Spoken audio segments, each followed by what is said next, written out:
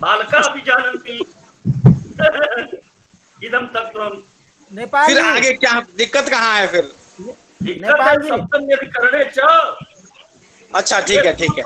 ये सूत्र क्या कह रहा है, विचार कीजिए। हाँ हाँ अधिकरण में सप्तमी होगी। अधिकरण कौन है? धातु है क्या? अधिकरण नहीं है, मोक्ष अधिकरण है। यहाँ पर जो है सो फल नहीं वो तो व्यापार अधिकरण है। सर्वाधिकरण तो भगवान है। अच्छा अच्छा आचार्य जी प्लीज, अच्छा आचार्य जी निवेद्यन्ते सर्वे आचार्याः।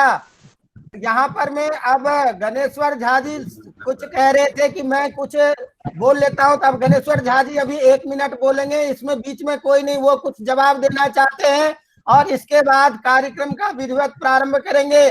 गणेश्वर झा जी होता है। एक नैयायिक मैंने सियाराम दास जी से पूछा था, उन्होंने कहा कि गौरवग्रस्त हो जाएगा। आचार्य क्षम्यतां, इदानीं गणेश्वर झा महोदय।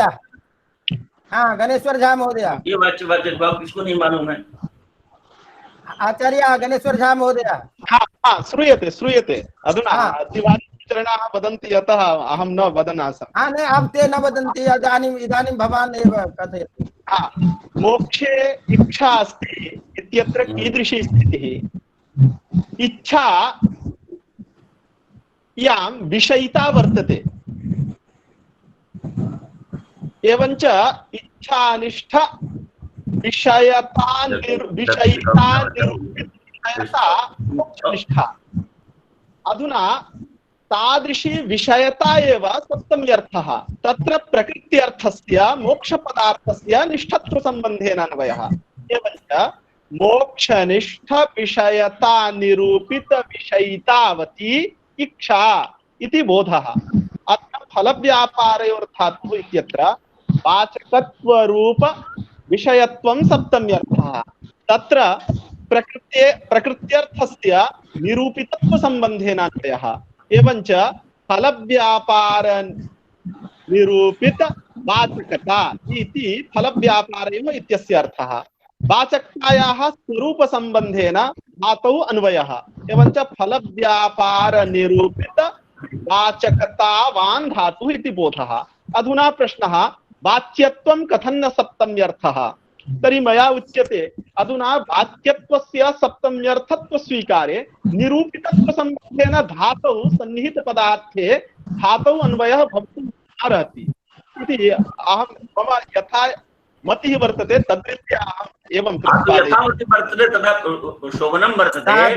लेकिन यहाँ पर तुल्य वित्ति वेद्य न्याय से तत्काल वाच्यता को वाच्यतां दृष्ट्वा तुल्य वित्ति वेद्य न्यायेन आकांक्षा भाष्यत्वादेव तत्कालमेव वाचकताया उपस्थितिर्भवति मध्ये। एवञ्च वाच्यता निरूपिता वाचकता भवितुमर्हति। गुरुजी हमने परंपरा में सप्तमी का अर्थ वाचकत्व रूप विषयत्व है, ये पढ़ा है। इसमें यदि कोई दोष है, सुनिए, वाचकत्व रूप विषयत्व है तो वहां पर जरा विचार कर दीजिए कि वहां पर फिर क्या होगा मोक्ष में।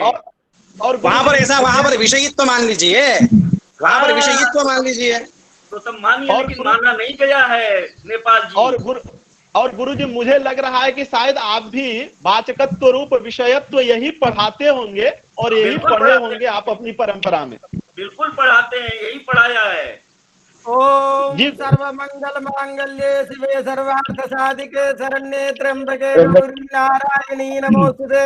प्रातर्भजामि भजताम् अभिलाषदात्रीं धात्रीं समस्त जगतां दुरितापहन्त्रीं संसार बंधन विमोचन हेतु भूतां मायां परां समधिगम्य परस्य विष्णोः सर्वाबाधा विनिर्मुक्तो धनधान्य सुरान्वितां पश्यो मत्प्रसादेन भविष्यति न संशयः। रामो राजमनिः सदा विजयते रामं रमेशं भजे रामे नास्ति निशाचरचमु रामाय तस्मै नमः। रामान्नास्ति परायणं परतं रामस्य दासोऽस्म्यहं। रामे चित्तलयः सदा भवतु मे भो राम मामुद्धर। अयमान्याः विद्वांसः आचार्याः अत्र समुपस्थिताः सर्वेपि प्रतिभागिनः भवतां समीशां पुनरेकवारं स्वागतम्। अद्य पंचमी दिवसे अत्यन्तं गभीरस्य अस्य शास्त्रीय व्याख्यानस्य पंचदिवसात्मिकायां वेबिनार कार्यशालायां भवतां समेषां स्वागतम् अस्ति। अद्य पुनः अस्मिन् कार्यक्रमे अस्यां व्याख्यानमालां च अध्यक्षाः अस्माकं प्राक्तनाः एव विशिष्टाः विद्वांसः आचार्याः प्रोफेसर अशोक कुमार तिवारी महोदयाः एव सन्ति, येषामेव सान्निध्ये अस्य कार्यक्रमस्य सौन्दर्यं सदा अभिवर्धते। अतः ते पूज्याः गुरुचरणाः अभिनन्द्यन्ते। अथ च एकं विशिष्टं निवेदनमस्ति यद् अस्माकं यो हि कार्यक्रमः पूर्वतः निश्चितः आसीत्, अद्य प्रभृति अस्माकम् अध्यापनं कारयिष्यन्ति अस्माकं ब्रजभूषण ओझा महोदयाः। परञ्च किमपि तावत् किमपि तादृशं कारणं जातं यतः वाराणसीतः तेषां गमनम् अन्यत्र सञ्जातमस्ति। एतावता इदानीं दूरभाषणेन अहं तैः उद्बोधितः यद् अहं आगन्तुं सक्षमो नास्मि। एतावता अस्मिन् विकटे समये इदानीं सूचना मया अधिगता अस्ति।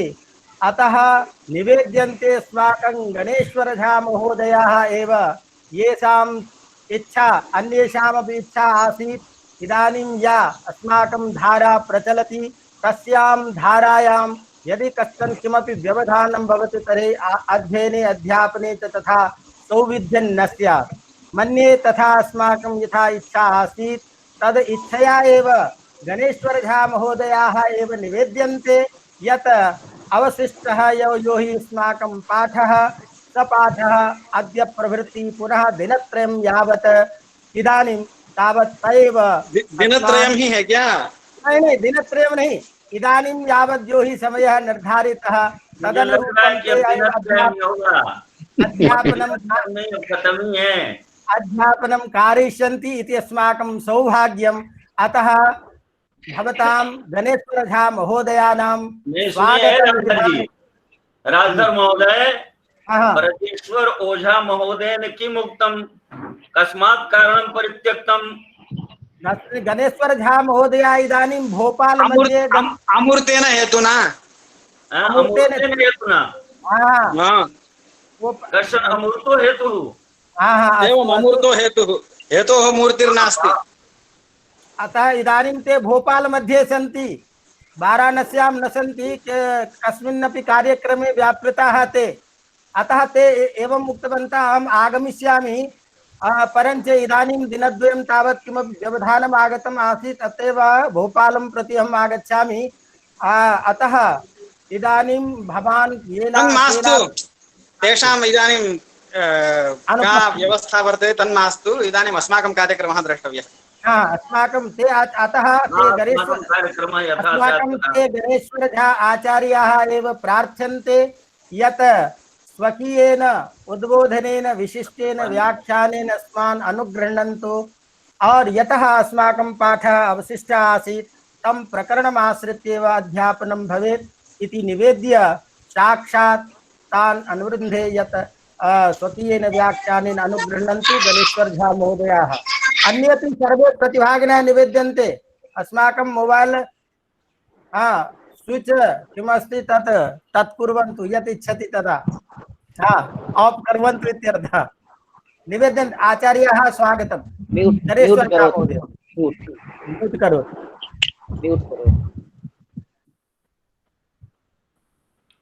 आदिशिव समारंभां शंकराचार्य मध्यमाम् अस्मदाचार्य पर्यन्तां वंदे गुरु परंपराम्। अस्मद् गुरुचरणानां श्री पुरुषोत्तम त्रिपाठी गुरुचरणानां चरणारविन्दयोः साष्टांगं प्रणिपत्य साध्यक्षां सभां प्रणम्य समुपस्थितान् सर्वान् गुरुचरणांश्च प्रणम्य यथामति यथाकालम् अवशिष्टं पाठं वक्तुम् उपक्रमे।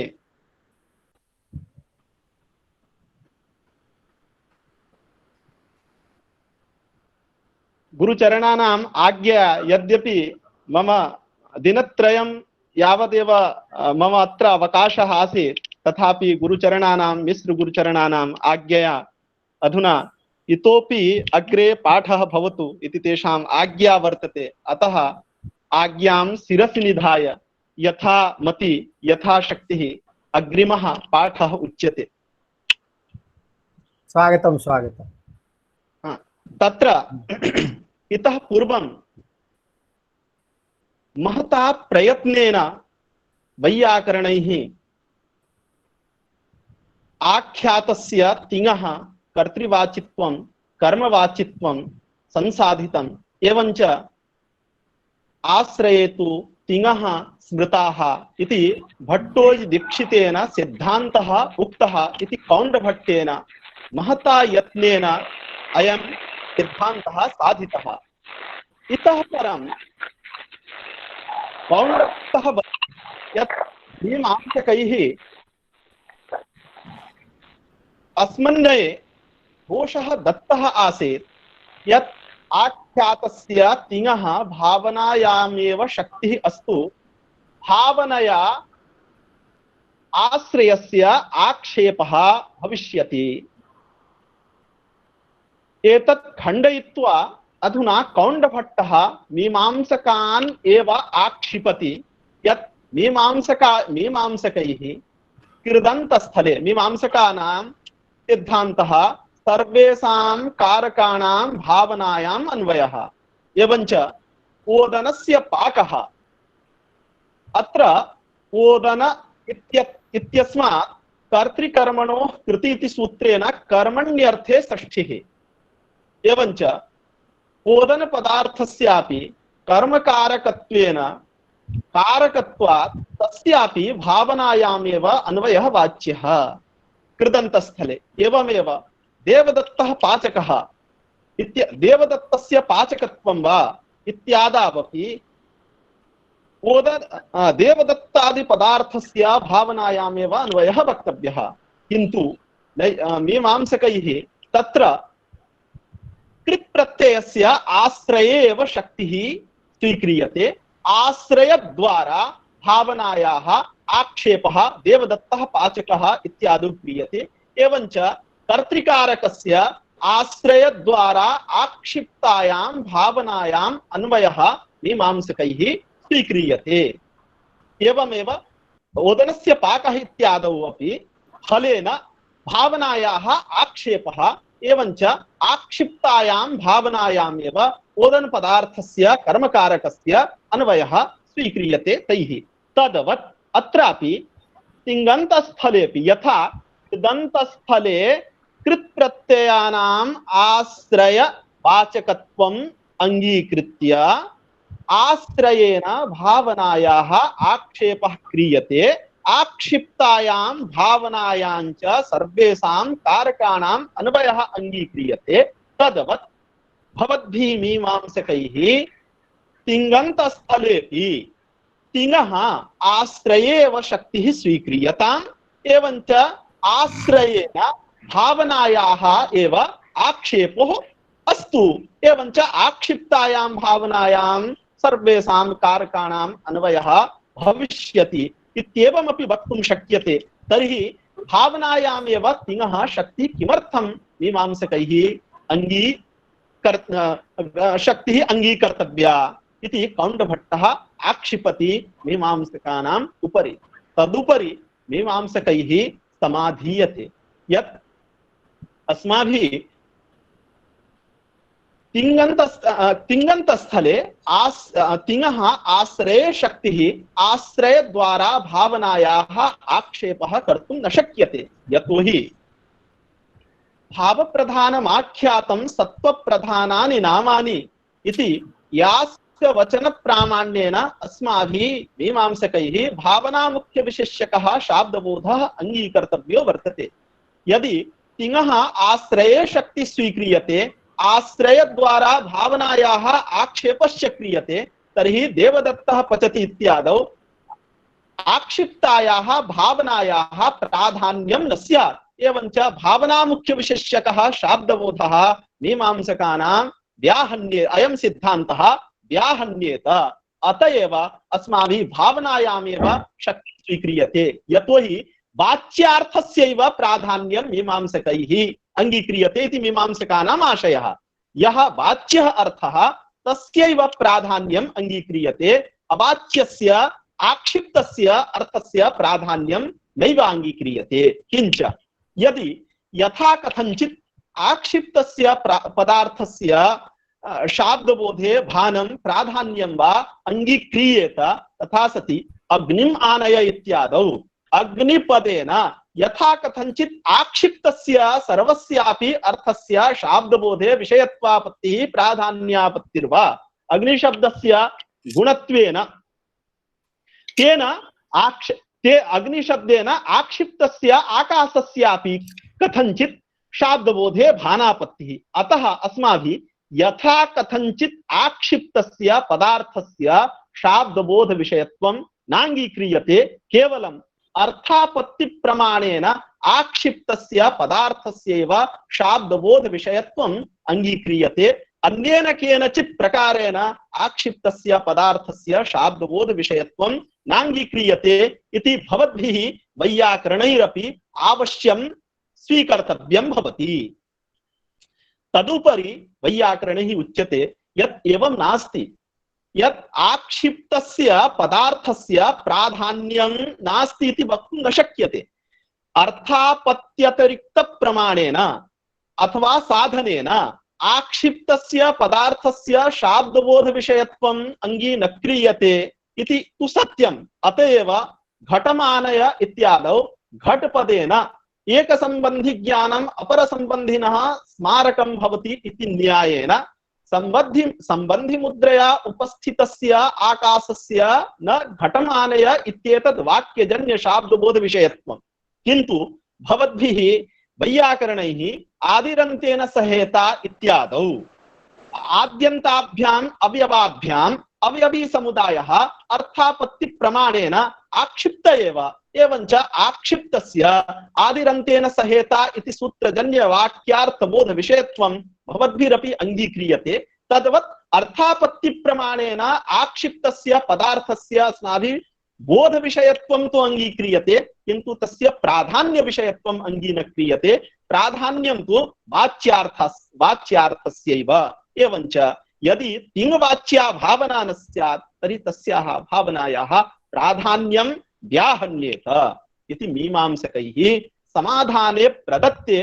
तदुपरि वैयाकरणैः उच्यते भवतां वाच्यार्थस्यैव प्राधान्यम् इति कथनं भवतामेव मतविरुद्धं, यतोहि भवद्भिः जातिशक्तिवादिभिः मीमांसकैः एवं वक्तुं न शक्यते। यतोहि आकृत्यधिकरणे भवद्भिः पदानाम् आकृतावेव शक्तिः स्वीकृता वर्तते। एवञ्च घटमानय इत्यादौ घटपदेन घटत्वरूपायाः आकृते एव वाच्यतया तस्याम् आकृतौ आनयन क्रिया निरूपित कर्मत्वं न संभवति। अतः कर्मत्वान्यथानुपपत्त्या घटत्वेन व्यक्तेः आक्षेपः स्वीक्रियते। एवञ्च आक्षिप्तायां व्यक्तावेव आनयन क्रिया निरूपित कर्मत्वं भवद्भिः स्वीक्रियते। एवञ्च अधुना घटत्वरूप आकृत्या या व्यक्ति आक्षिप्ता तस्याः व्यक्तेः यथा भवद्भिः प्राधान्यं स्वीक्रियते, तद्वत् अत्रापि आश्रयद्वारा आक्षिप्तायाः भावनायाः अपि प्राधान्यं भविष्यति। अतः आश्रये एव शक्तिः अस्तु, भावनायाः आक्षिप्तत्वमस्तु, भावनायां तिङः शक्ति मास्तु इति कौण्डभट्टैः उच्यते। तदुक्तं भूषणसारे। अपि च मीमांसकानां कृतामेव आख्यातानामपि कर्तृवाचित्वम् अस्तु, भावनाया एव आक्षेपेण कृतादिवत् प्रतीति संभवे वाच्यत्वं मास्तु। तदुपरि मीमांसकैः यदुक्तं तत् कौण्डभट्टेन अत्र लिख्यते। तथा सति प्राधान्यं तस्या न स्यात् इति चेन्न घटमानय इत्यादौ आक्षिप्त व्यक्तेरपि प्राधान्यवत् उपपत्तेः। अतः भावनायां तिङः शक्ति नाङ्गीकर्तव्या इति वैयाकरणैः समाधानम् उक्तं मीमांसकानां प्रश्नस्य। एवञ्च अधुना आश्रय एव तिङ्पदशक्यः मीमांसकानां नयति आश्रय द्वारा भावना आक्षिप्ता भवति। तदुपरि मीमांसकैः उच्यते यत् अधुना तिङः आश्रये शक्तिः अथवा भावनायां शक्तिः इति संदेहे जाते। पचति इत्यत्र आश्रयोऽपि प्रतीयते भावनापि प्रतीयते, किन्तु पचति इत्यस्य विवरणेन अस्माभिः ज्ञातुं शक्यते यत् तिङः भावनावाचित्वम् अथवा आश्रयवाचित्वम्। एवञ्च पचति इत्यस्य विवरणं भवति पाकं करोति।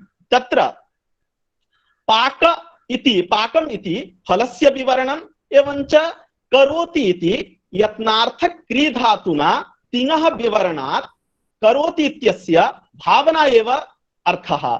विवरण समानार्थकं विव्रियमानस्य। यतोहि मीमांसकैः उच्यते अस्मन्नये पचति इत्यस्य पाकानुकूला भावना अयम् अर्थः जायते। एवञ्च पचति इत्यस्य विवरणं भवद्भिः पाकं करोति भवद्भिः वैयाकरणैरपि स्वीक्रियते, अस्माभिरपि स्वीक्रियते। एवञ्च पाकम् इति फलस्य विवरणम्, एवञ्च करोति इति भावनायाः विवरणम्। एवञ्च पचति इत्यस्य पाकं करोति इति विवरण दर्शनात् तिङः भावनायामेव शक्तिः कल्प्यते न तु आश्रये। विवरण समानार्थकं विव्रियमाणस्य।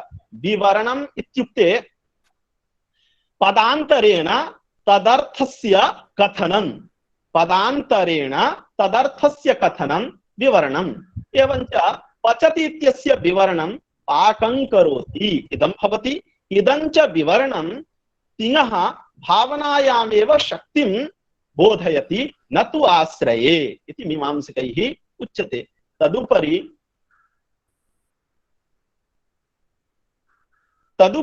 वैयाकरणैः उच्यते यत् भवद्भिः उच्यते पचति इत्यस्य पाकं करोति इति विवरण दर्शनात् आख्यातस्य भावना वाचित्वमेव अंगीक्रियते, आश्रयवाचित्वं नांगीक्रियते। तन्न युक्तं। यतोहि पचति इत्यस्य विवरणं पाकं करोति, एवञ्च अत्र करोति इति विवरण घटकं पदं यथा भावनायाः विवरणं भवति तदवत् आश्रयस्यापि विवरणं भवितुमर्हति। अतः आख्यातस्य आश्रयवाचित्वमपि भविष्यति न तु भावनावाचित्वमेव। अतः विवरणस्य उभयत्रापि तुल्यत्वात् भावनावाचित्वम् आश्रयवाचित्वं वा इति विवरण प्रदर्शन मात्रेण निर्णेतुं न शक्यते। तदुक्तं कोण्डभट्टैः पचति इत्यादौ पाकं करोति इति भावनायाः विवरण दर्शनात् वाच्यत्वम् अस्तु इति चेन्न कर्तुरपि विवरण विषयत्वं। गुरुवः मीमांसकैः क्रिके धातु अर्थ यत्नः स्वीक्रियते किम्? सत्यं। गणेश जी, गणेश्वर जी, गुरुजी। हाँ, एवं वर्तते।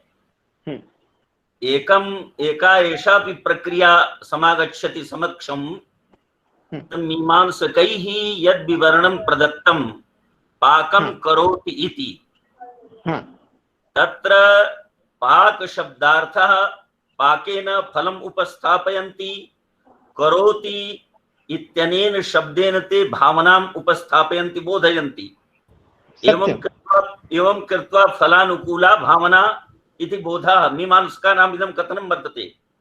सत्यं सत्यं। तदुपरि वैयाकरणाः किं विवरणम् अन्यदपि किमपि विवरणं ददति अथवा न, तर्हि उच्यते, वक्तुं शक्यते। एवञ्च ग्रन्थेषु आयात्यपि परम्परायामपि पाठ्यते यत् वैयाकरणाः वदन्ति यत् इदमेव विवरणं सत्यं वर्तते इति न, एतदतिरिक्तमपि विवरणं कर्तुं शक्यते। पाकं क्रीति करोति इत्यत्र क्री धातुः वर्तते, क्री धातुः वर्तते। तस्य च क्री धातुरर्थः व्यापार एव किं वा भावना एव भवद्भिः स्वीकर्तव्यम् एवं वैयाकरणा मीमांसकान् प्रति ब्रुवन्ति। अतः द्वयोरेव मध्ये विवरण भेदोऽपि वर्तते। विवरण भेदो वर्तते न? हाँ, तद अग्रे मया उच्यते आचार्य। विवरणं तु इतः परं मीमांसकैः किमुच्यते यत् कर्तुः विवरणं तात्पर्यविषयीभूतम्। अग्रे अयमेव ग्रन्थः वर्तते, कर्तुः विवरणं तात्पर्यविषयीभूतं कर्म विवरणवत् इति।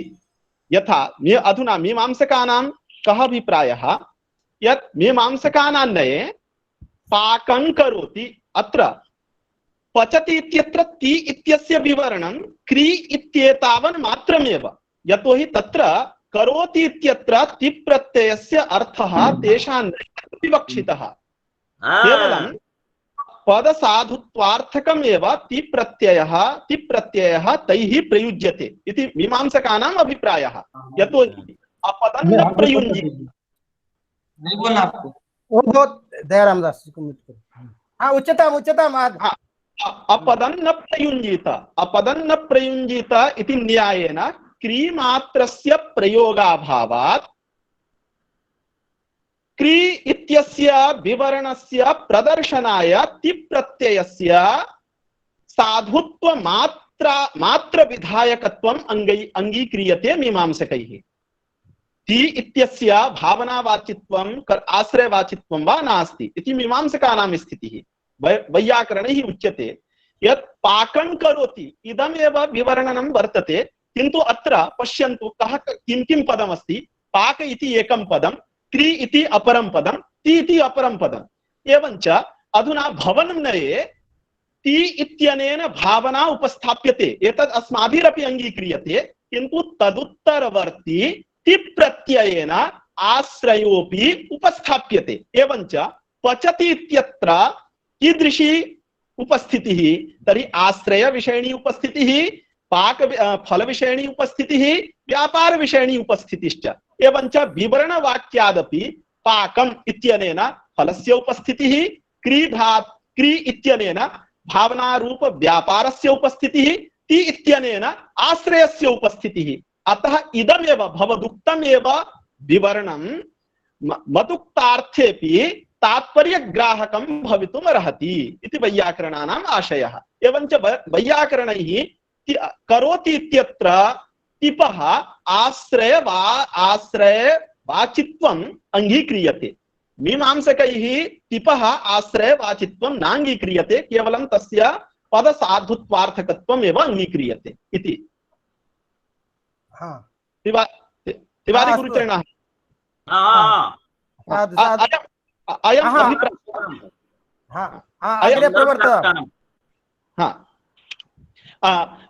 अयम् अभिप्रायः मीमांसकानां वर्तते। तदुपरि मीमांसकैः उच्यते यत् भवद्भिः उच्यते पाकं करोति इत्यत्र कर्तुः अपि विवरणनं वर्तते ति प्रत्ययेन। तर्हि तद् विवरणनं तात्पर्यविषयीभूतं कर्म विवरणवत्। यथा पाकम् इत्यत्र अम् विभक्ति वर्तते, किन्तु भवद्भिरपि पाक इति विवरणनं कस्य वर्तते? फलस्य। एवञ्च कर्मणः विवरणनं नास्ति, तथापि तत्र कर्मण्यर्थे द्वितीया विभक्ति योज्यते पाकम् इति। अतः कर्म विवरणवत् कर्तु विवरणनम् अपि तात्पर्य विषयीभूतं न तु वास्तवं विवरणम् इति मीमांसकैः उच्यते। तदुक्तम् अग्रे कौण्डभट्टैः न च कर्तुः विवरणं तात्पर्यार्थ विवरणनं पाकं करोति इति अशब्दार्थ कर्मत्व विवरणवत् इति एकम्। अपरः दृष्टान्तः उक्तः इतरेतर योग द्वन्द्वे समुच्चयांश विवरणवद्वा। यथा घटश्च पटश्च इति घटपटौ अथवा धवश्च खदिरश्च इति धव खदिरौ। अत्र धव खदिरौ इत्यस्य विवरण वाक्यं भवति धवश्च खदिरश्च इति धव खदिरौ इति विवरण वाक्यम्। अत्र चार्थः यः अत्र इतरेतर द्वन्द्व समासः, धव खदिरौ इत्यत्र इतरेतर द्वन्द्व समासः, किन्तु विग्रह वाक्ये समुच्चय द्योतकः च शब्दः प्रयुज्यते। एवञ्च अत्र चार्थ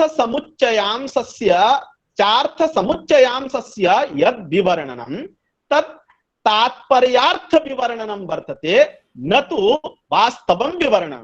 तद्वदेव पाकं करोति इत्यत्र कर्मत्वस्य विवरणनं तात्पर्यार्थ विवरणनं न तु वास्तवम्। एवमेव आश्रयस्य कर्तुः अपि विवरणनं तात्पर्यार्थ विवरणनं न तु वास्तवम्। एवञ्च वास्तवस्य विवरणस्य अभावात् कर्तुः विषये इदं विवरणनं भवितुमर्हति इति वक्तुं न शक्यते। तथा च विवरण प्रमाणात् आख्यातस्य तिङः कर्तृवाचित्वम् अंगीकर्तुं न शक्यते इति मीमांसकैः उच्यते। तदुपरि समुच्चयस्य अवास्तवत्वं कथं गुरुवाय गुरं बोधयन्तु। अरे सुनो, अरे अश्विनी मध्ये एवं व्यवधानं न स्यात्। यथा एकवारं प्रसङ्गः पूर्णः स्यात् तदनन्तरमेव प्रश्नः एकस्मिन् मध्ये सम्यक् पृच्छति। पृच्छति तु अहं न कथां तथा पृच्छति, परन्तु एकं वाक्यम् एकस्य तावत् तात्पर्यं पूर्णं यदा स्यात् तदनन्तरं प्रश्नः मध्ये व्यवधानं भवति।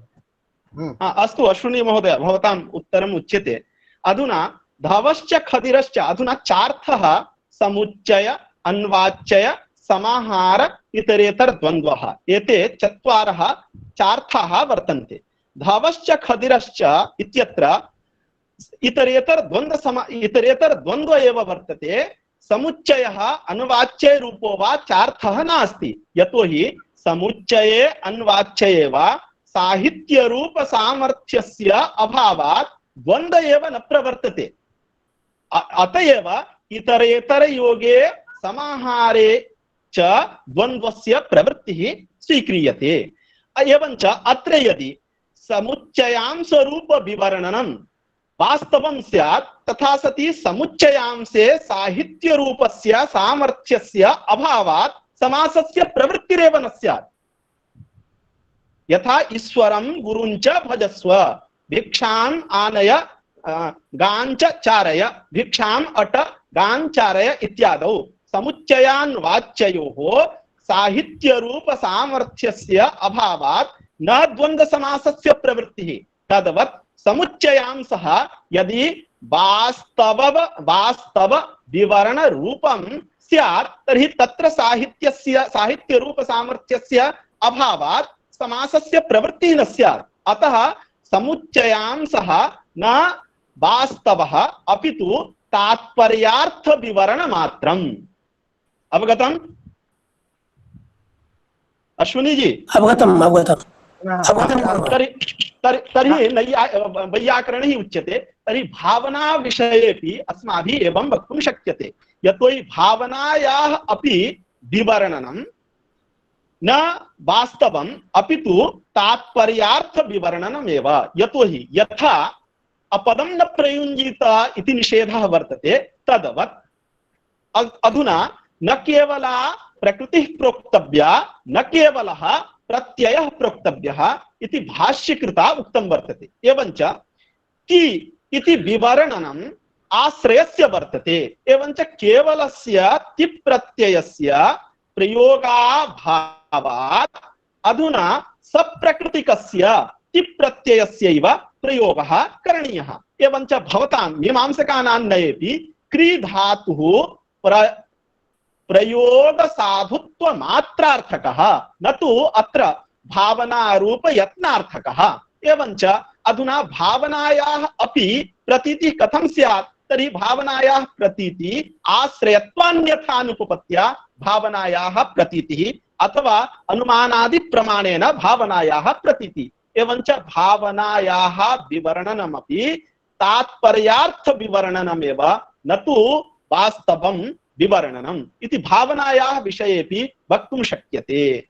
तर्हि अतः विवरण अनुरोधेन भवद्भिः तिङः भावनावाचित्वं यथा वक्तुं न शक्यते तद्वत् कथञ्चित् अस्माभिरपि तिङः आश्रयवाचित्वं वक्तुं न शक्यते, एतत् सम्यक्, किन्तु युक्त्यन्त तिङः आश्रयवाचित्वे युक्त्यन्तरमपि वर्तते।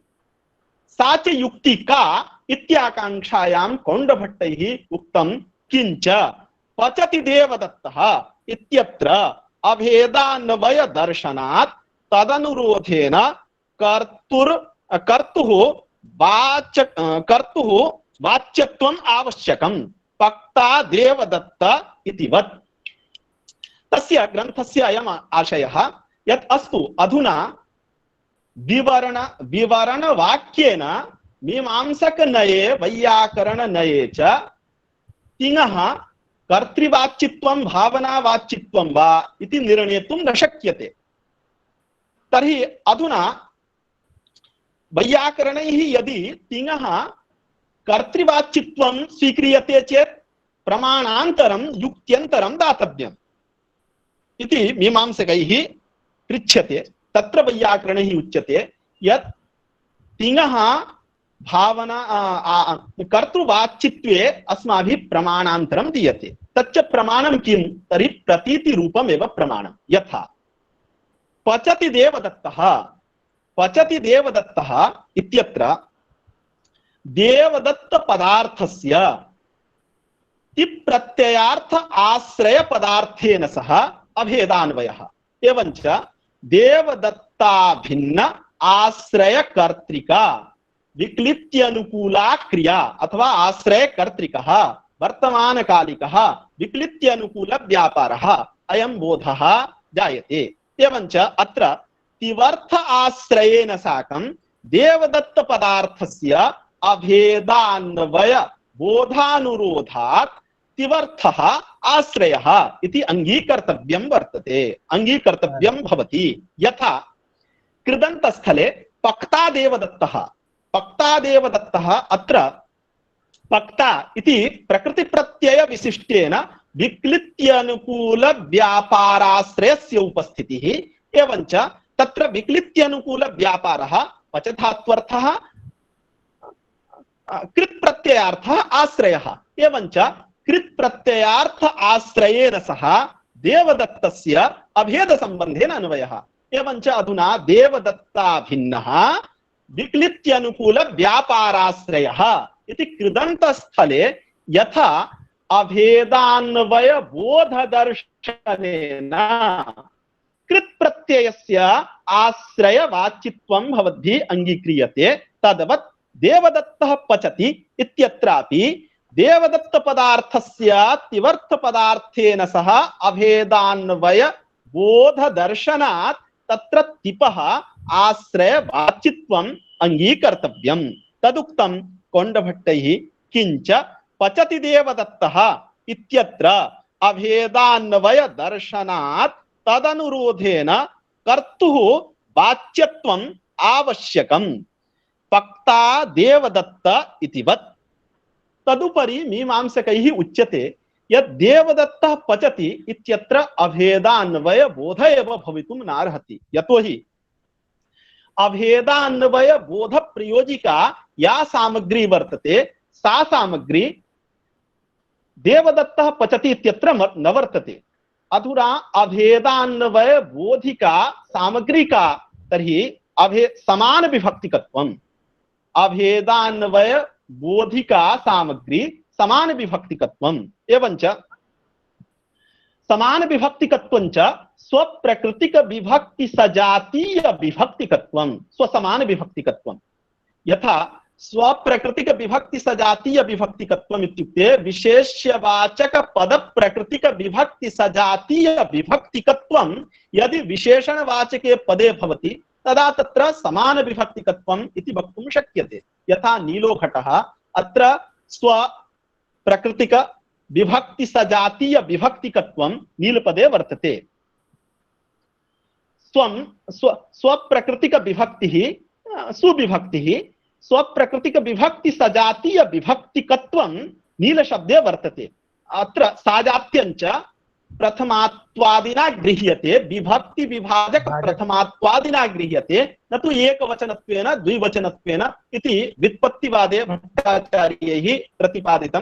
तत् अत्र नोच्यते।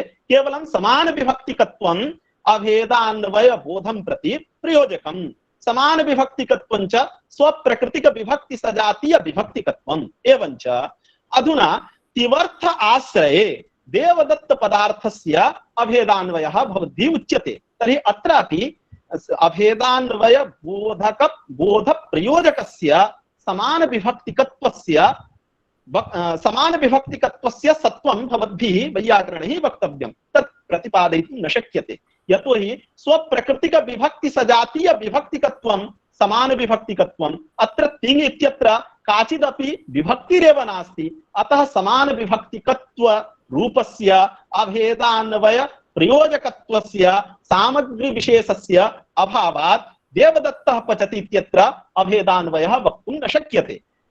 परञ्च देवदत्तः पक्ता इत्यत्र तादृश अभेदान्वय बोधिका सामग्री वर्तते, अभेदान्वय बोध प्रयोजिका सामग्री वर्तते। देवदत्तः पक्ता इत्यत्र पत्रिपदार्थे देवदत्तस्य अभेदान्वयः एवञ्च स्वप्रकृतिक विभक्तिः सुविभक्तिः तत्सजातीया विभक्ति देवदत्त पदोत्तर सुविभक्ति तादृश विभक्तिकत्वं विशेषणवाचक देवदत्त पदे वर्तते। एवञ्च देवदत्तः पक्ता इत्यत्र स्वविभक्ति सजातीय विभक्तिकत्व रूपस्य समानवचनकत्वस्य सत्वात् तत्र अभेदान्वयः स्वीक्रियते। अतः तादृश अभेदान्वय अनुरोधात् अत्र टिपः त्रिच् प्रत्ययस्य कृत् संज्ञकस्य त्रिच् प्रत्ययस्य आश्रयवाचित्वम् अंगीक्रियते, कर्तुं शक्यते वा। किन्तु देवदत्तः पचति इत्यत्र अभेदान्वय प्रयोजिका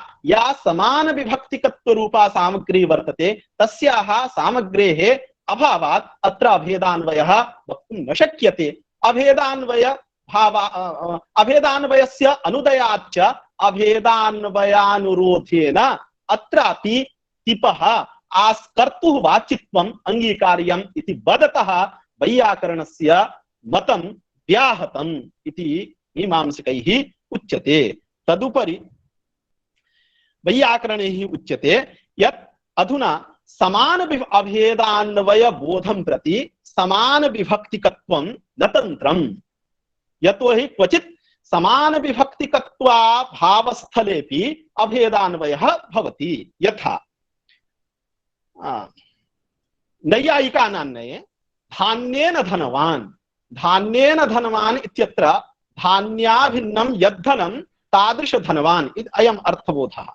धान्येन धनवान् इत्यत्र धान्य पदार्थस्य अभेद संबंधेन धन पदार्थे अन्वयः भवति, किन्तु तत्र समान विभक्तिकत्व रूप अभेदान्वय बोध प्रयोजिका सामग्री न वर्तते। अतः सर्वथा समान विभक्तिकत्वमेव अभेदान्वय बोधं प्रति प्रयोजकम् इति वक्तुं न शक्यते। किंच भवतां मीमांसकानान्वयेपि समान विभक्तिकत्वम् अभेदान्वय बोधं प्रति न प्रयोजकम्। यथा भवद्भिः सोमेन यजेत्, सोमेन यजेत् इत्यत्र इत्यस्य अर्थः कीदृशः क्रियते? सोमवता यागेन इष्टं भावयेत् इति भवद्भिः अर्थः क्रियते। एवञ्च अधुना सोमेन यजेत् इत्यादौ सोमवता यागेन इष्टं भावयेत् इत्यर्थस्य करणात् अत्र याग पदार्थे यज धात्वर्थे सोम पदार्थस्य अभेदेन अन्वयः भवद्भिः अंगीक्रियते। अन्यथा वाक्यभेदा प्रसंगः एवञ्च वाक्यभेदस्य दुष्टत्वं भवद्भिः मीमांसकैः अंगीक्रियते। अतः एकवाक्यता संपत्त्यर्थं सोमेन यजेत् इति वाक्यस्य भवद्भिः सोमवता यागेन इष्टं भावयेत् अयम् अर्थः वर्णनीयः। एवञ्च अधुना यजधात्वर्थ यागे सोम पदार्थस्य सोमवती लक्षणाम् अंगीकृत्य अभेद संबंधेन अन्वयः भवद्भिः अंगीकृतो वर्तते। अत्रापि समान विभक्तिकत्वं नास्ति, यतोहि समान विभक्तिकत्वं नाम स्वप्रकृतिक विभक्ति सजातीय विभक्तिकत्वम्। अत्र स्वम् इत्युक्ते यज विशेष्यवाचकं पदम्, एवञ्च यज इति विशेष्यवाचकं पदं वर्तते, तदुत्तरा काचित् सुविभक्ति नास्ति। अतः स्वप्रकृतिक विभक्ति सजातीय विभक्तिकत्व रूपं समानवचनकत्वम् अत्र सोमेन यजेत् इत्यत्र वक्तुं न शक्यते। तथा च यदि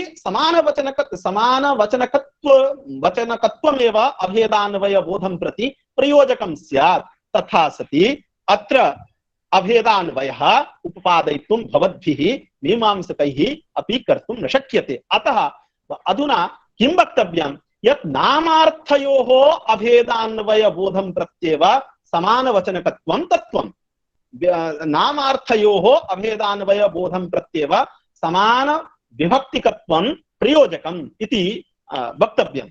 एवञ्च यत्र नामार्थयोः इत्युक्ते उभयोः नाम्नोः अर्थयोः परस्परम् अभेदसम्बन्धेन अन्वयः, तत्रैव समान विभक्तिकत्वस्य प्रयोजकत्वं वक्तव्यम्। यत्र तु नामार्थ प्रत्ययार्थयोः नामार्थ धात्वर्थयोर्वा अभेद संबंधेन अन्वयः, तत्र समानवचनकत्वस्य प्रयोजकत्वं वक्तुं न शक्यते इति मीमांसकैः अवश्यम् अङ्गीकर्तव्यम्। एवञ्च अधुना एतादृश नियमः यदि स्वीक्रियते चेत् सोमेन यजेत इत्यादौ अभेदान्वयः उपपद्यते। यतोहि अत्र सोमरूप नामार्थस्य यजधात्वर्थ याग पदार्थे अभेद संबंधेन अन्वयः। एवञ्च अत्र नामार्थयोः परस्परम् अभेद संबंधेन अन्वयः नास्ति, अपितु नाम धात्वर्थयोः परस्परम् अभेद संबंधेन अन्वयः वर्तते इति कृत्वा अत्र समान वचनकत्वस्य प्रयोजकत्वं नास्ति।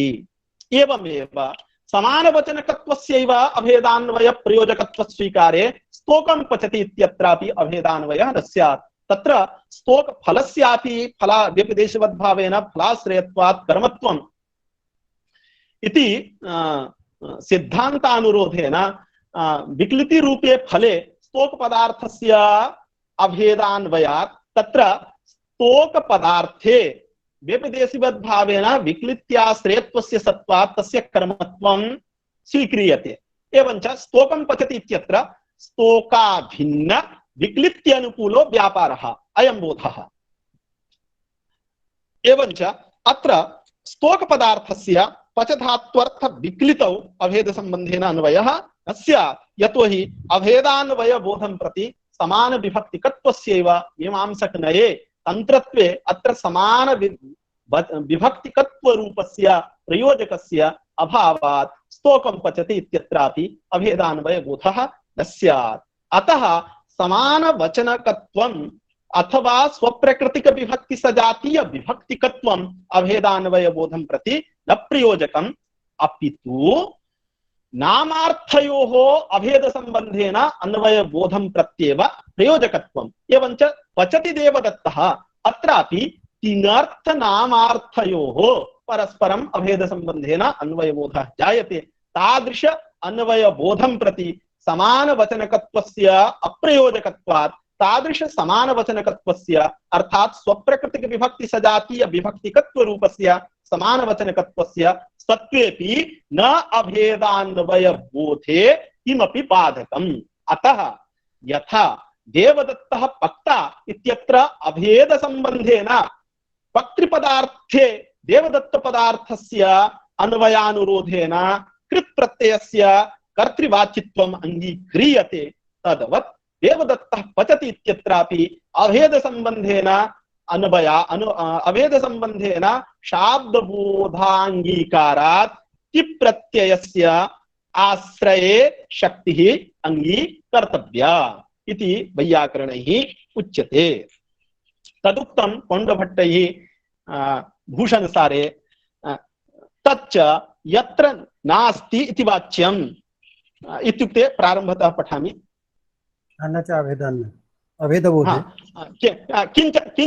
किंच पचति देवदत्तः इत्यत्र अभेदान्वय दर्शनानुरोधेन कर्तुः वाच्यत्वम् आवश्यकम्।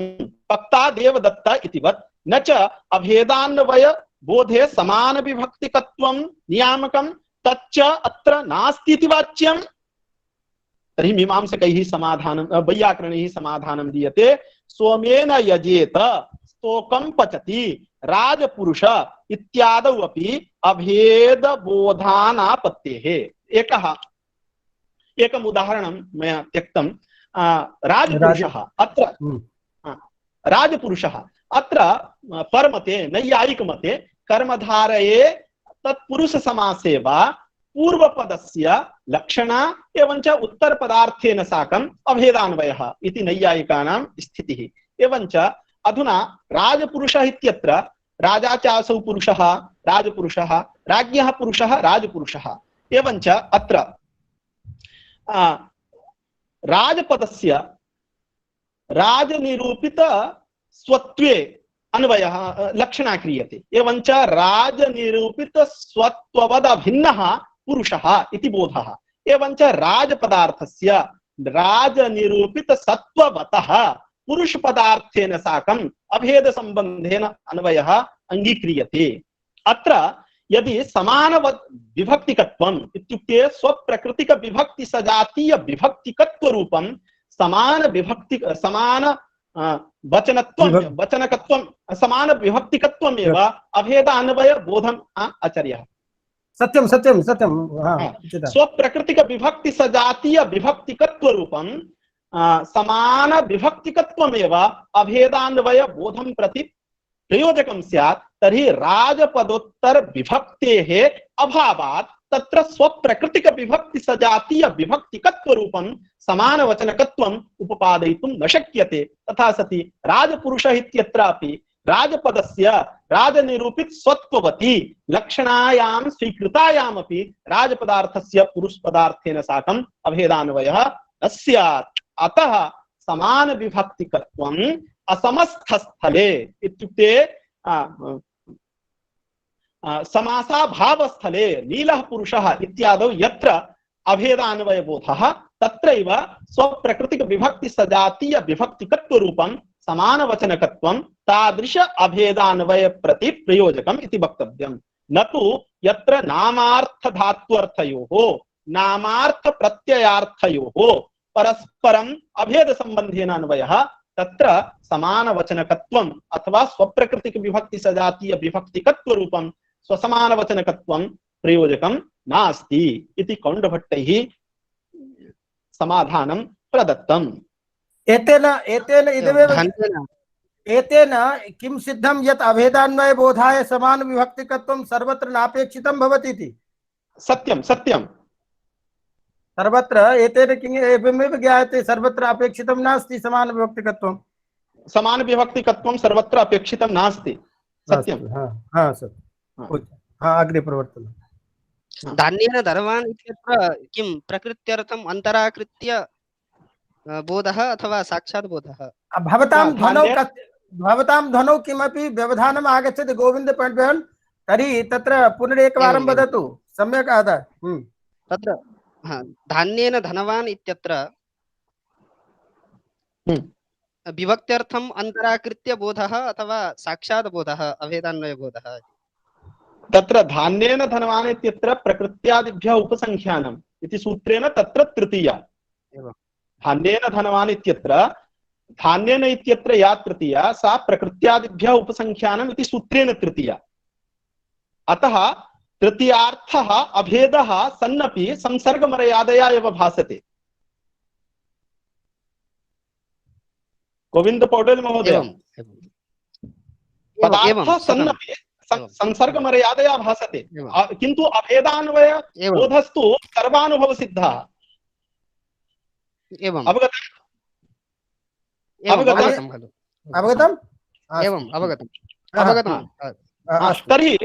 तर्हि तदुपरि मीमांसकैः उच्यते अस्तु अत्र देवदत्तः पचति अत्र आश्रय प्रतीतिः जायते एवञ्च आश्रय पदार्थे देवदत्त पदार्थस्य अभेद संबंधेन अन्वयः अपि स्वीक्रियते। तथापि लक्षणावृत्त्या आश्रयस्य उपस्थितिः अस्माभिः करिष्यते। एवञ्च लक्षणावृत्त्या आश्रयस्य उपस्थितत्वात् तत्र तिङः शक्तिः न कल्पनीया। किम् किं केनापि किमपि हाँ हाँ हाँ किमपि उच्यते किं स्पष्टम् उच्यतां किञ्चित् मया श्रूयते।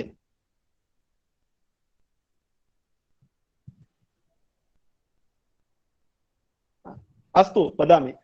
हाँ तत्र मीमांसकैः उच्यते देवदत्तः पचति इत्यत्र आश्रय प्रतीतिस्तु जायते, सत्यम् अस्माभिरपि अङ्गीक्रियते, किन्तु स आश्रयः लक्षणावृत्त्या एव उपस्थितः। एवञ्च आश्रयस्य अनन्यलभ्यत्वाभावात् तस्मिन् आश्रये तिङः शक्तिः स्वीकर्तुं न शक्यते। तिङः भावनायाम् एव शक्तिः, आश्रयस्य तु लक्षणया उपस्थितिः इति मीमांसकैः शङ्क्यते। यद्यपि अस्य प्रश्नस्य समाधानं पूर्वं कौण्डभट्टैः प्रदत्तमासीत्, यत् यदि आश्रये लक्षणा अङ्गीक्रियते तथा सति भावनायां शक्तिः अङ्गीक्रियते चेत् वृत्तिद्वय विरोधः, अतः लक्षणा अङ्गीकर्तुं न शक्यते। यद्यपि समाधानं दत्तमासीत् तथापि अधुना अन्यदपि समाधानं भवति इति कृत्वा अयं प्रश्नः कौण्डभट्टैः उपस्थापितः। तस्य समाधानान्तरं प्रदीयते केवलम् अस्माकं जिज्ञासूनां प्रतिपत्तिवर्धनाय। तर्हि तदुक्तं कौण्डभट्टैः न च लक्षणया कर्तुः उक्तत्वात् सामानाधिकरण्यम् इत्युक्ते समानार्थवाचकत्वम्। अत्र सामानाधिकरण्यं नाम समानार्थवाचकत्वम्। यतोहि तिप्रत्ययः आश्रयः, तेन सह देवदत्तादिपदार्थानाम् अभेदसम्बन्धः इत्युक्ते यः देवदत्तपदार्थः स एव आश्रयः, यः आश्रयः स एव देवदत्तपदार्थः। एवञ्च तिप्रत्ययस्य आश्रये एव लक्षणा अङ्गीक्रियते। एवञ्च लक्षणया उपस्थित आश्रयस्य उपस्थितत्वात् सामानाधिकरण्यम् उपपद्यते, अतः आश्रये तिप्रत्ययस्य शक्तिः नाङ्गीकार्या इति मीमांसकैः प्रश्ने उपस्थापिते। तत्परि तिङि वृत्तिद्वयभवनं बाधितं वा? ध्वनिवत्र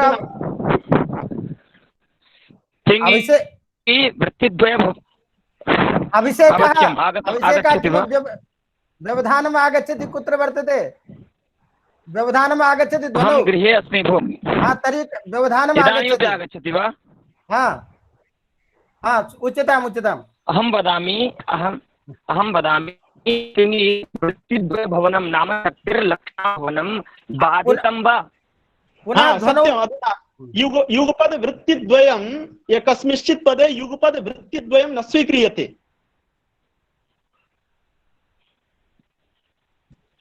अस्तु, एककालावच्छेदेन बाधितमस्ति।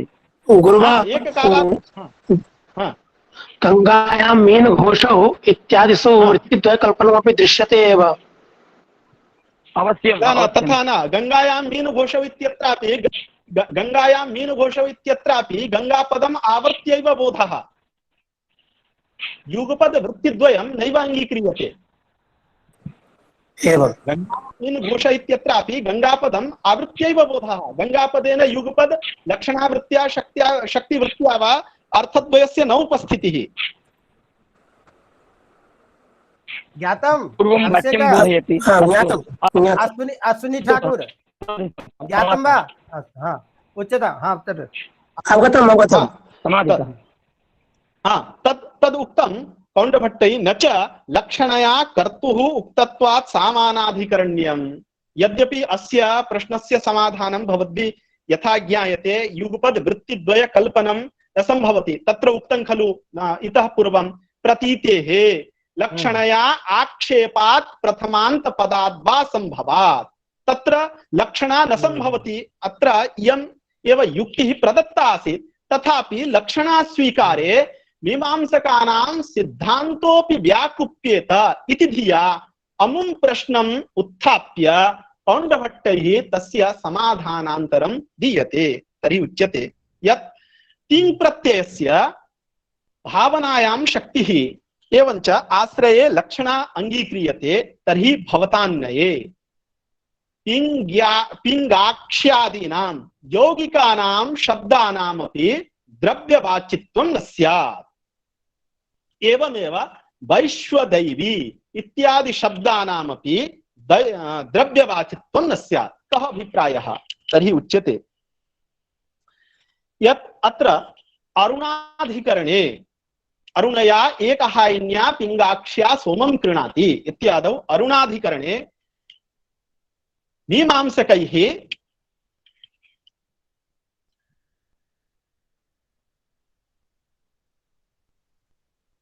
अरुणादिपदानां द्रव्यवाचित्वम् अंगीकृतं वर्तते। अधुना लक्षणास्वीकार पक्षे तत् अरुणाधिकरणं व्याकुप्येत। अधुना अरुणाधिकरणस्य कः अभिप्रायः इति किञ्चित् छात्राणां प्रतिपत्तिसौकर्याय बोधयामि। आवश्यकमस्ति, आवश्यकमपि। अरुणाधिकरणस्य कः अभिप्रायः? तर्हि ज्योतिष्टोमे श्रूयते अरुणया एकहायिन्या पिङ्गाक्ष्या सोमं कृणाति इति ज्योतिष्टोमे श्रूयते। अत्र एका तृतीया श्रुति वर्तते। अरुणया एकहायिन्या पिङ्गाक्ष्या इति तृतीया श्रुति वर्तते। एवञ्च क्रमेण एकैकं यदि गृह्यते चेत् अरुणया इत्यत्र तृतीया श्रुति वर्तते। एवञ्च कृणाति इत्यत्र क्री धातुः एवञ्च तिप् प्रत्ययः। तथा च अत्र अरुणया पिङ्गाक्ष्या सोमं कृणाति इति ज्योतिष्टोमे इदं वाक्यं श्रूयते। अधुना अरुण पदस्य कः अर्थः? पिङ्गाक्षि पदस्य कः अर्थः इत्युक्ते शब्दानां कः अर्थः? तर्हि आकृत्यधिकरणे पदानां लाघवात् आकृतावेव शक्तिः इति सिद्धान्तितम्। एवञ्च अरुणया इत्यत्र अरुणपदस्य आरुण्यगुणः अयमेव अर्थः, न तु आरुण्यगुणवद् द्रव्यम्। अयम् अर्थः वक्तुं न शक्यते, यतोहि अरुणाधिकरण आकृत्यधिकरणे सर्वेषां पदानाम् आकृति वाचकत्वमेव मीमांसकैः सिद्धान्तितं वर्तते। एवञ्च अत्रापि अरुण पदस्य आरुण्यगुण एव अर्थः। एवञ्च आरुण्यगुणे सोम क्रयण क्रिया निरूपित कर्मत्वं सोमं कृणाति इत्युक्ते सोमकर्णिका क्रयण अनुकूला भावना इति बोधः। एवञ्च सोम क्रयण क्रिया करणत्वम् अमूर्ते गुणभूते आरुण्य गुणे न संभवति।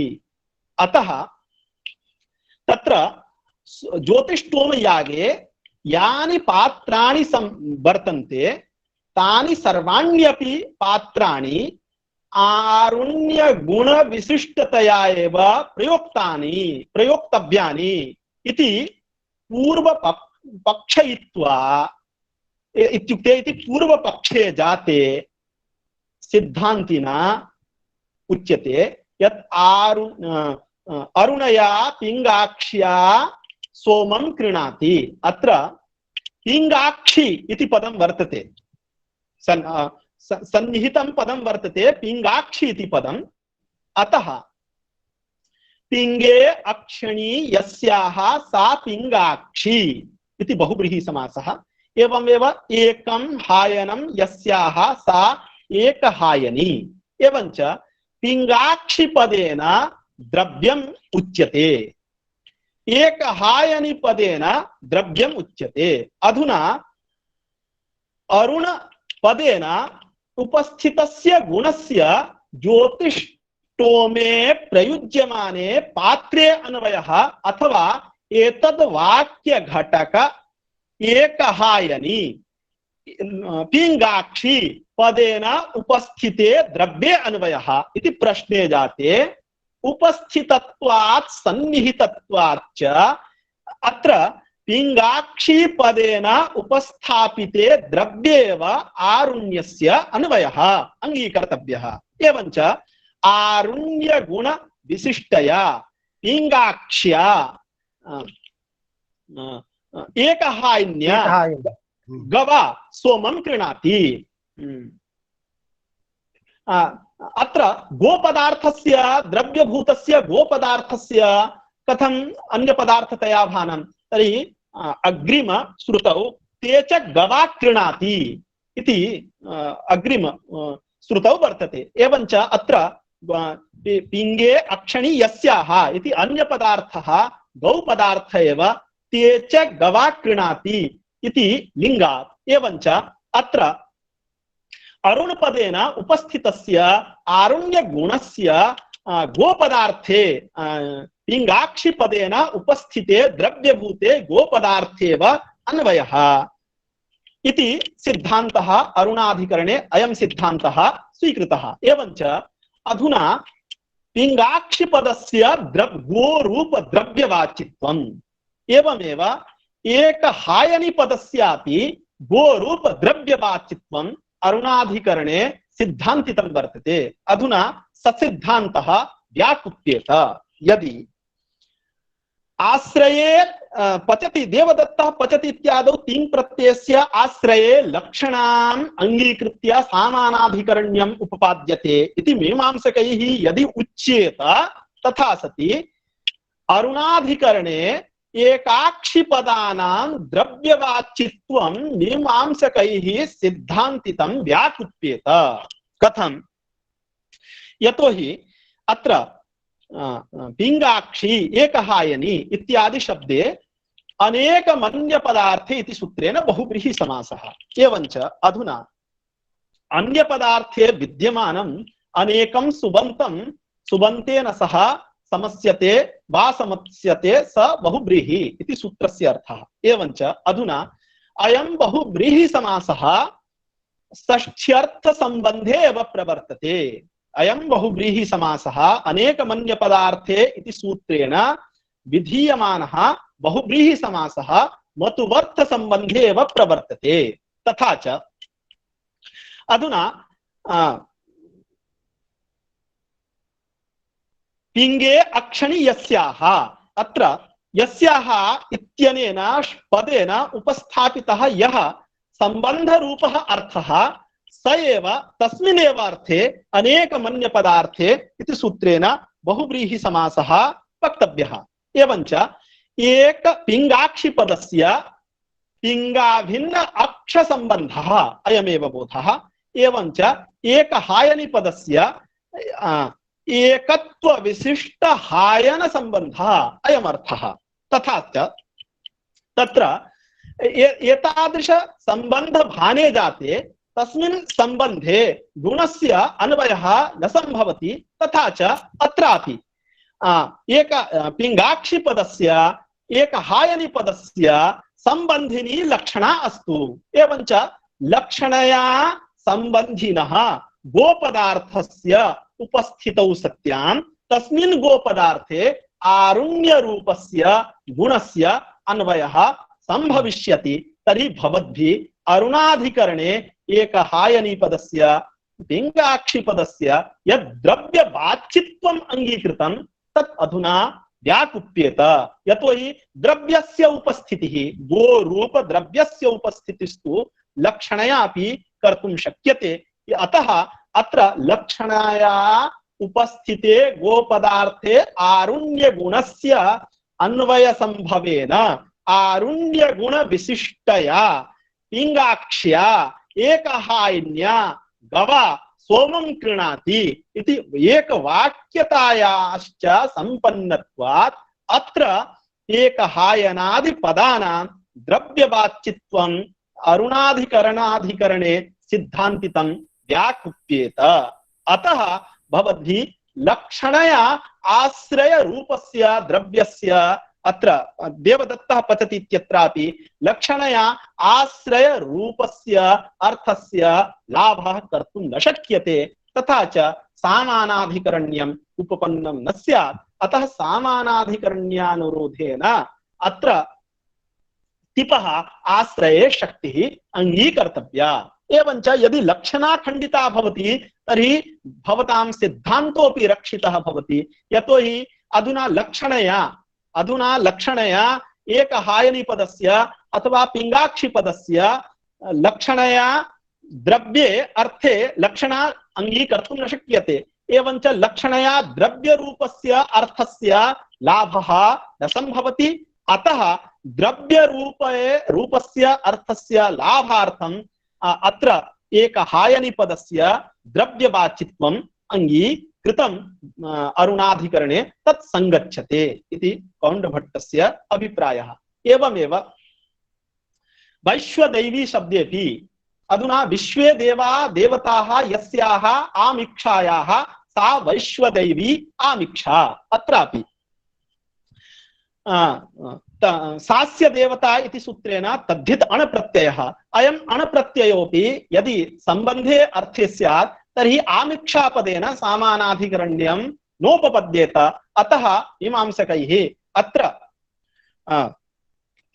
संबंधिनी इत्युक्ते आमिक्षाभूते द्रव्ये तद्धित प्रत्ययस्य शक्तिः अङ्गीक्रियते। अतएव आमिक्षां देवतायुक्तां वदत्येवैष तद्धितः इति मीमांसकानां सिद्धान्तः।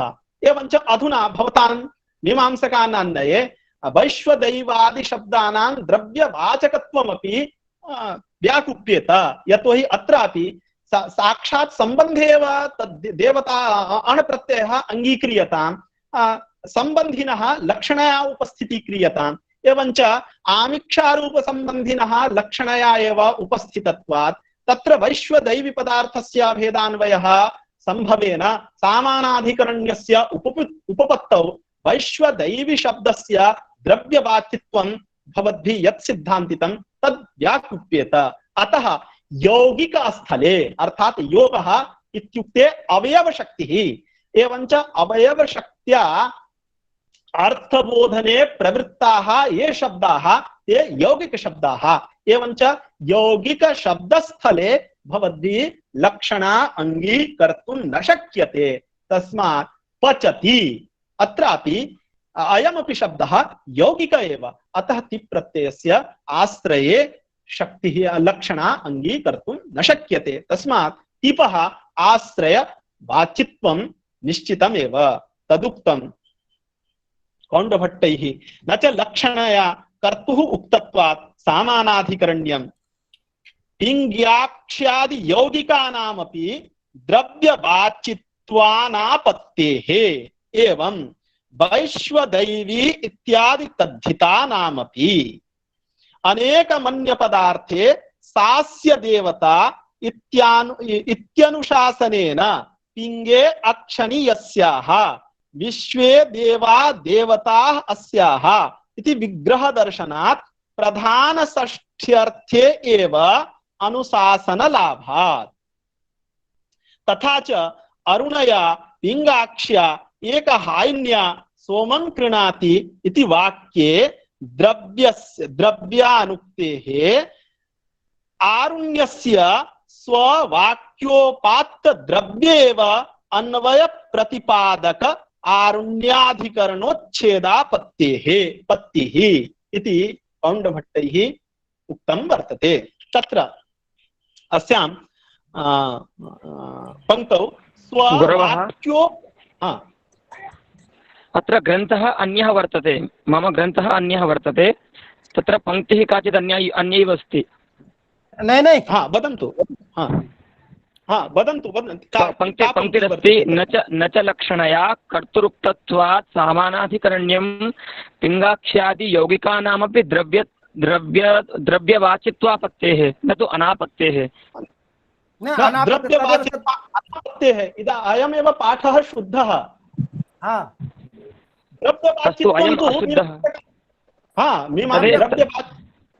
तदेव मया पृच्छ्यते। द्रव्यवाचित्वादापत्तेः इत्येव शुद्धं, यत् द्रव्यवाचित्वं न स्यात् इत्येव तत्र मन्ये आसीत्। सत्यं सत्यं सत्यम् आचार्यः सत्यं। द्रव्यवाचित्वानापत्तेः इति शुद्धम्। सत्यं सत्यं। द्रव्यवाचित्वानापत्तेः इत्यस्य अयमेव आशयः यत् आक्षेपेण द्रव्यवाचित्वानापत्तेः इति। न न न एकेन वक्तव्यं प्रश्नस्तावत् अश्विनी महोदय हा ध्यानेन शृण्वन्तु। अधुना तैः मीमांसकैः किमुक्तं, देवदत्तः पचति इत्यत्र ति प्रत्ययस्य आश्रये लक्षणा, एवञ्च लक्षणायां सत्यां सामानाधिकरण्यस्य उपपत्तिः संभवति। सामानाधिकरण्यम् इत्युक्ते एकार्थवाचकत्वं। देवदत्तपदे यः अर्थः उच्यते स एव अर्थः ति प्रत्ययेनापि वक्ष्यते इति कृत्वा उभयोः एकार्थवाचकत्वेन सामानाधिकरण्यम् उपपद्यते इति मीमांसकैः प्रश्ने कृते विचारे च उपस्थापिते। अधुना वैयाकरणानां किम् इष्टं, तिपः आश्रयवाचकत्वमेव वैयाकरणानाम् इष्टम्। अवश्यम्।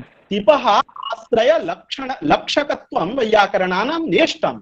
अतः वैयाकरणैः उच्यते यत् तिप् प्रत्ययस्य आश्रये लक्षणान् अंगीकृत्य सामानाधिकरण्यम् उपपादयितुं न शक्यते।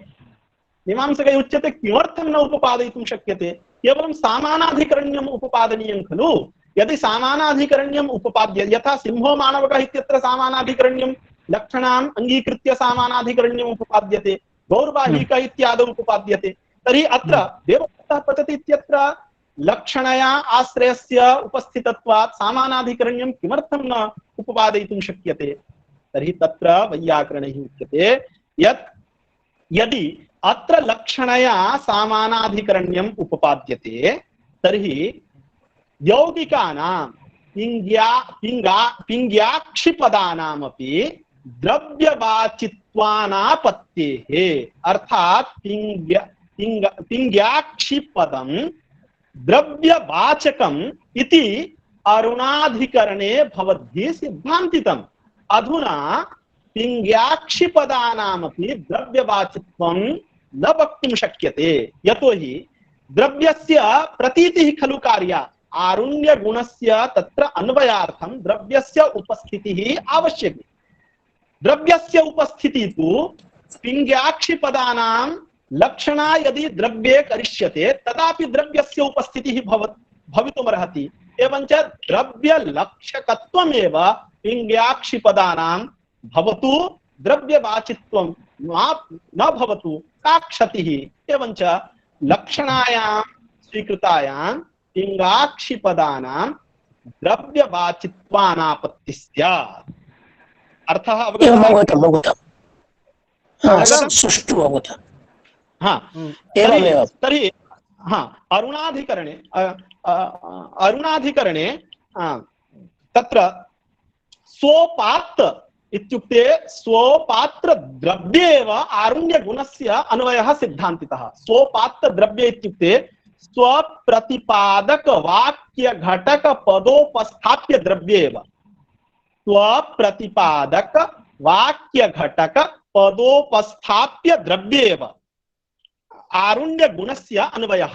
अन्यथा आरुण्य गुणस्य ज्योतिष्टोमे प्रयुज्यमाने पात्रे प्रयुज्यमानेषु सर्वेषु पात्रेषु यदि अन्वयः स्यात् तथा सति अत्र ज्योतिष्टोमयागे सर्वाण्यपि पात्राणि आरुण्य गुण विशिष्टतया एव प्रयोक्तव्यानि। अयम् अर्थः स्यात्। अयम् अर्थस्तु नेष्टः।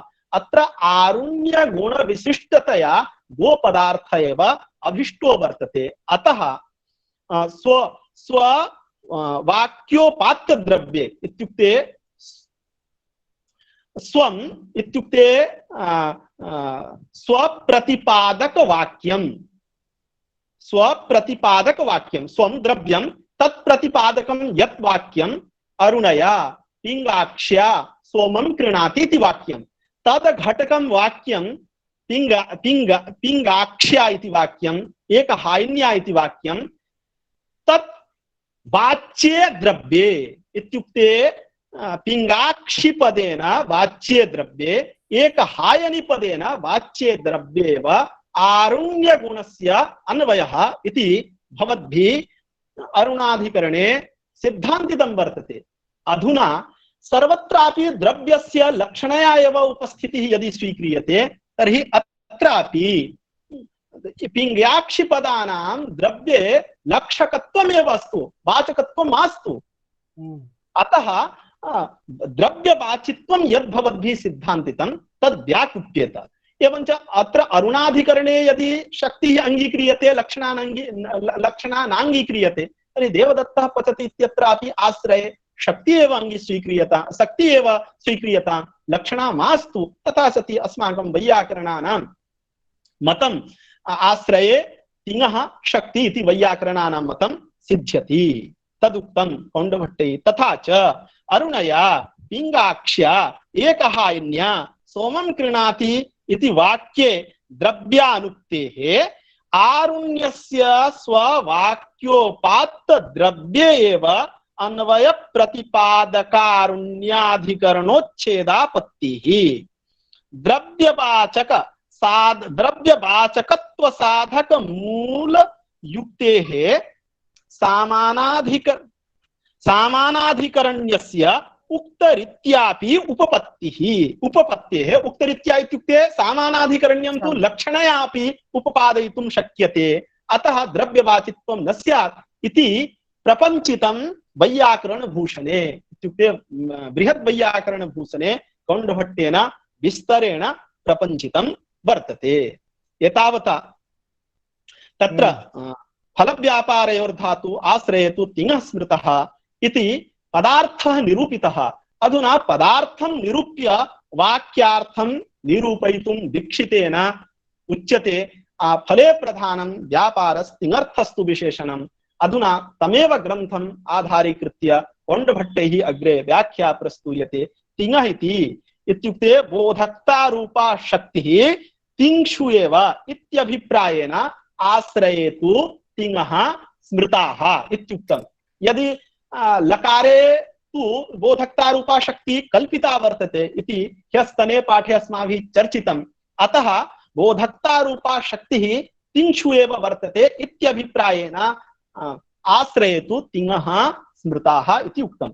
अधुना फलव्यापारयोर्धातु आश्रयेतु तिङः स्मृताः इति कारिकायाः पूर्वार्धभागेन पदार्थः निरूपितः।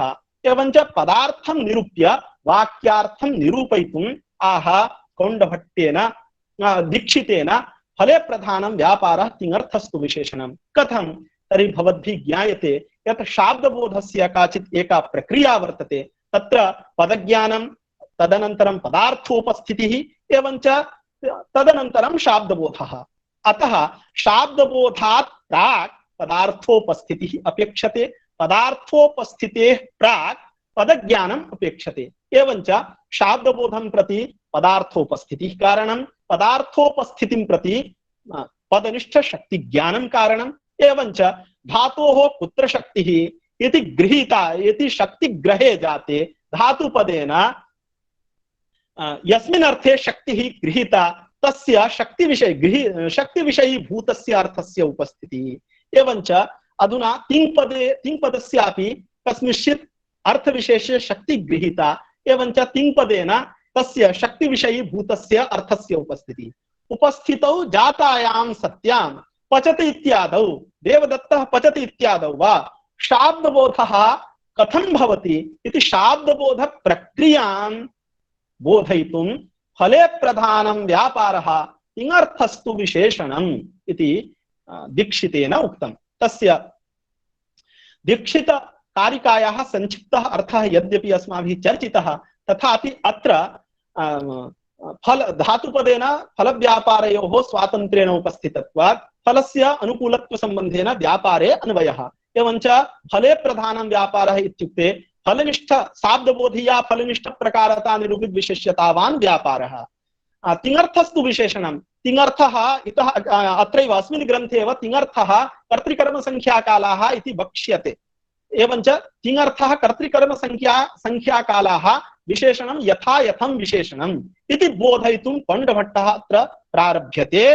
वाक्यार्थं पदार्थं निरूप्य वाक्यार्थं निरूपयति फले इत्यादि इत्युक्ते विक्लित्यादिः फलं प्रति तिङर्थः इत्युक्ते कर्तृकर्मसङ्ख्याकालाः इति तिङर्थः विशेषणं विक्लित्यादि फलं प्रति व्यापारः प्रधानम्, फलं प्रति व्यापारः प्रधानम् इत्युक्ते फलनिष्ठ प्रकारता निरूपित विशेष्यतावान् व्यापारः कदा शाब्दबोधे। एवं च तिङर्थः, तिङर्थः कर्तृकर्म संख्या कालाः। तत्र तिङ् प्रत्ययेन चतुर्णाम् अर्थानाम् उपस्थितिः, उपस्थितेषु चतुर्षु अर्थेषु कस्य अर्थस्य कुत्र अन्वयः इति अस्माभिः श्वः चर्चयिष्यते। यतोहि अयं प्रघट्टकः बृहद् वर्तते, अद्य आरभ्यते चेत् समाप्तः भविष्यति। बहु शोभनं, बहु बहु विषयोपि अत्यन्तं गभीरः आसीत् अद्यतनः। अतः मीमांसायाः आरुणाधिकारः एवम् आसीत्। अस्ति चेत् कश्चन प्रश्नः, कापि जिज्ञासा यदि कस्यापि चेत् तर्हि तद् वक्तव्यम्। अद्य वस्तुतः विशिष्टं व्याख्यानम् आसीत्, सर्वतो अत्यन्तं गभीरः विषयः आसीत् अद्य। अतः यदि काचित् जिज्ञासा चेत् तर्हि वक्तव्या, नास्ति चेत्